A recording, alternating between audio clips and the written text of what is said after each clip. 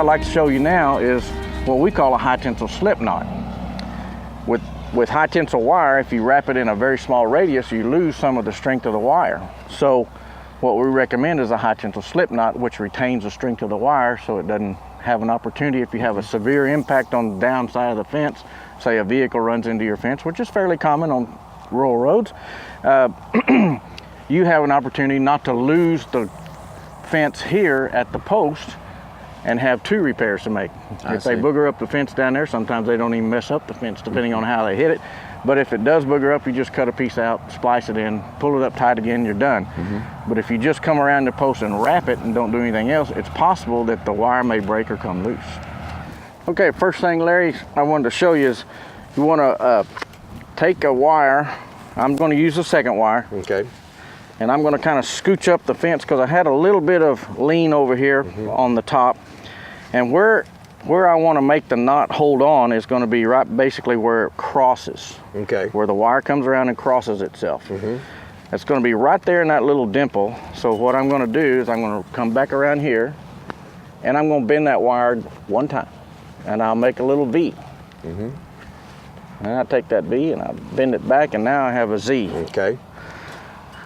Now this is a methodology that it has its purposes. The first wire, the first bend, just to hold your fence. It's just made to hold the position so I'm not fighting with movement of wire.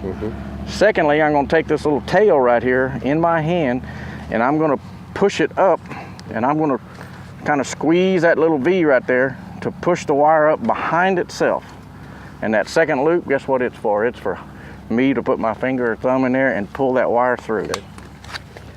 Now once I pull that wire through, again, it's on the back side of the wire next to the post. I've got a little bump right there that possibly could interfere with me being able to wrap it the way I want to. So I straighten it out a little bit. I've got a little loop right here, and I'll take that vertical piece of wire and I'll lay it straight down the fence line going back this way. And then I'll get up here about anything about a dime coin to a quarter coin in width is good.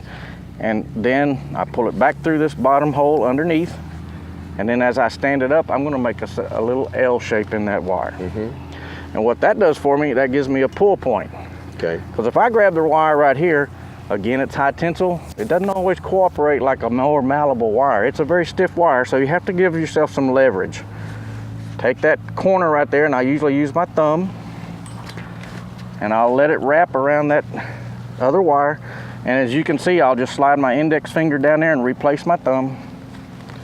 Come around. Keep that wrap going. Just keep it going, make a couple of wraps, then go straight down, bring it back. Now you got a little crank handle, and you just crank it down the fence line, and it'll break off. And that's a high tensile slip knot. And the purpose of that knot is, look here.